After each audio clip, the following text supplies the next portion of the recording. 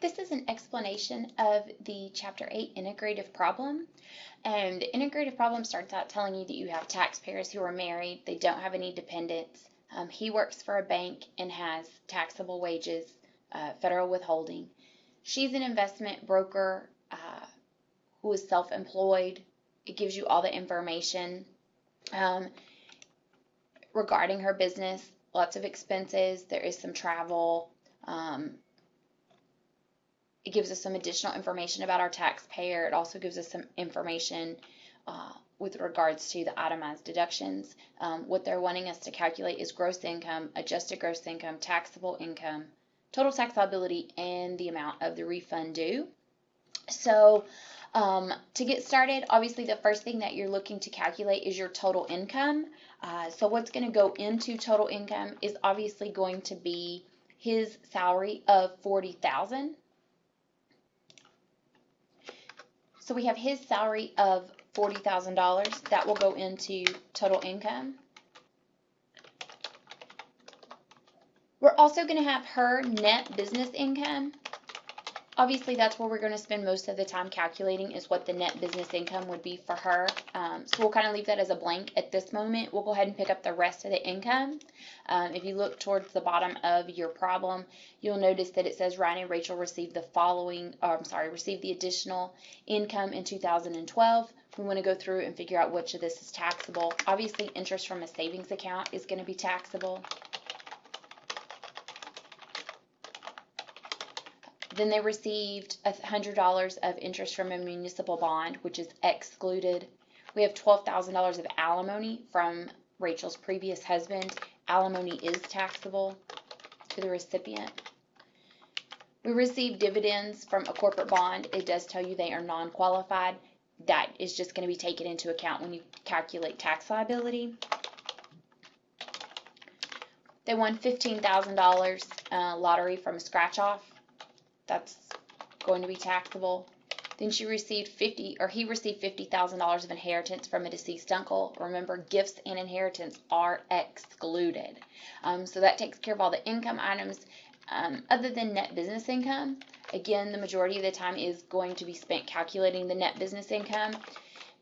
Because he's self-employed, or rather because she's self-employed, all of this is going to be reported as part of the 1040 on the Schedule C. So I'm going to label it as such, come off to the side, and show me how you calculate net business income. I'm going to start at the top. We have gross revenue. That's obviously going to be taxable income. So we have revenue of $150,000. We paid $35,000 of wages to our employees. That's going to be a deduction. We paid payroll taxes on behalf of the employees, so it's basically the employer percentage of the payroll tax. We get to take that as a deduction. The next item listed is owner draws or distribution. Remember that a distribution is not a deduction, nor is it taxable to the recipient. Basically, this is just a wash. It's a return of her own capital, so we're not going to do anything with the owner draw. We rent office building. We get to take that as a deduction. We get to take the utilities as a deduction. Dues to a country club, non-deductible. We have depreciation on equipment. You want to report the tax depreciation amount.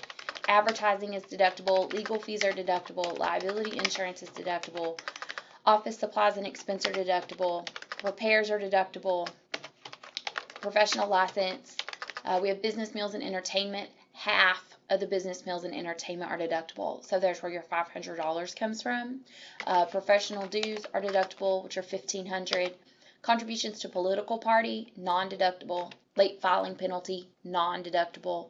We have health insurance that we pay $2,500 for the employee. That is a business expense. The next health insurance listed is $3,000 paid for Rachel's health insurance.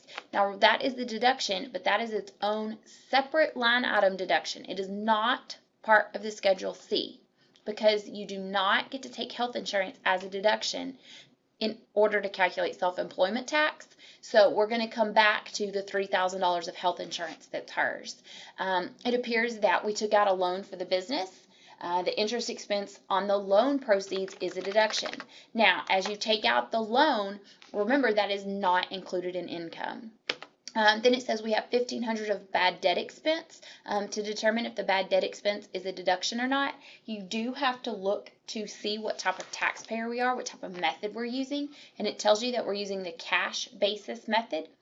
So if we're using the cash basis method, then that means that that is not deductible. We're not going to do anything with it because we didn't report any income. Therefore, we're not going to take any tax. Now it says that Rachel has an office, but she also often, has to travel to the client's office with her personal vehicle. She's provided the following information. So we have 5,000 business miles, 20,000 total miles. She also provides the following total actual expenses related to her vehicle. So in order to take the auto expense, we need to figure out what method to take. So remember, we have two different choices. We can take the actual cost method.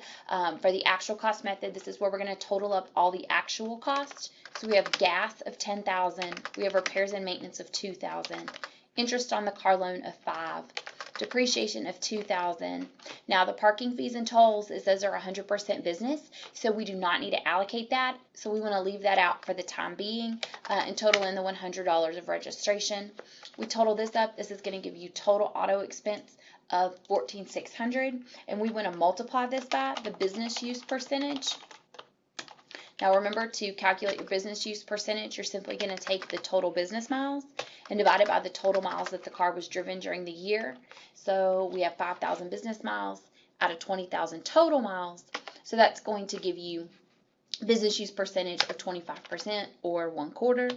So multiply that out. That's going to give you $3,650. And then you do get to tack on the full amount of parking fees and tolls. So the total auto using actual cost method would be $3,900. Now, for the standard mileage rate, remember to take the standard mileage rate, we're going to take the business miles, which are 5,000, and we want to multiply that by our rate for 2012, which is 55.5 cents a mile. So that's going to give you $2,775 using the standard mileage. Now remember, in addition to that, we can take the business use percentage of the interest expense, because not everyone has to finance the car. So remember, you're just going to take the business use percentage. So if you look at your information, it tells you the interest on the car loan is $500. We can take the business use percent of that, which is 25%. So we can add to the standard mileage rate $125 of interest on the car loan, and then we can also take in the full amount of the parking fees because they are at 100%. So the auto expense using standard mileage rate would only be $3,150. So you want to take whichever one is larger. So obviously $3,900 is greater, so that's going to be the amount of auto expense that we take. So your auto expense deduction is $3,900. Continuing on, it says that in May, Rachel attended a continuing education conference in Phoenix at a golf and spa resort. The husband traveled with her and played golf while she was at the conference. The conference was for 3 days, but she and Ryan stayed another 2 days at the spa. She incurred the following expenses related to the trip. So as far as travel goes, to figure out what we could take as a deduction, because they were there over half the time for business, we can take a deduction for the airfare. So we can deduct airfare. Lodging, it says it's $200 a night. We were there 3 days for business, so we can take 3 days worth of lodging, which is $600. The meals are $80 a day. We were there 3 days for business, so we can take 80 times 3, and again, though only 50%. Your meals and entertainment are limited to 50%, even for travel. So you can deduct $120 of meals. We have a taxi that's to and from the airport. Since the taxi is to and from the airport, you're going to treat that just like you treat the airfare. That is going to be the transportation. So we can deduct the full amount of the cab fare. Conference registration, you can definitely take the registration of $300.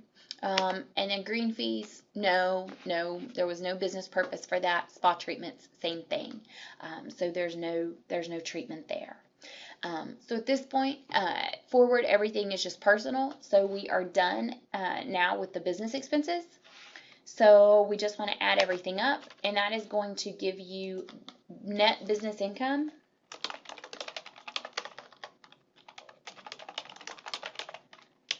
of $21,730. The $21,730 is going to go into total income.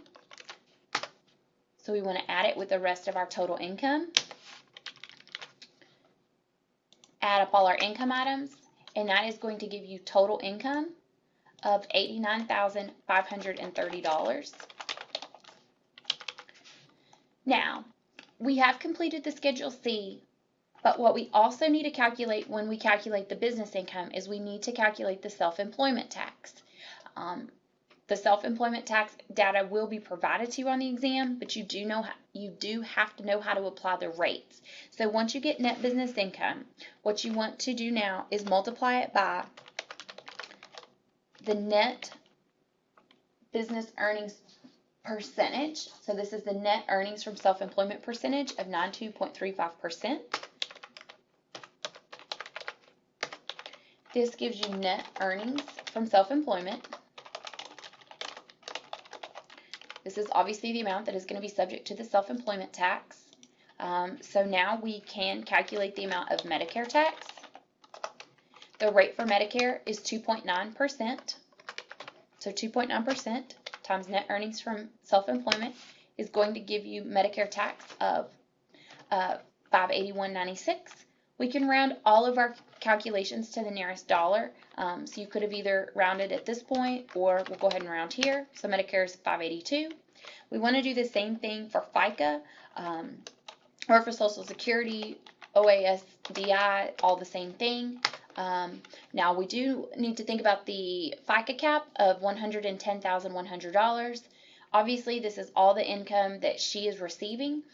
It's well under the cap, so we are going to pay the full amount of the tax. So net earnings from self-employment times the 10.4% is going to give you your FICA tax, Social Security tax of $2,087.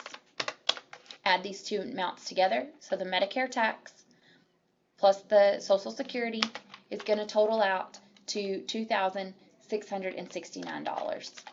So this is your self-employment tax.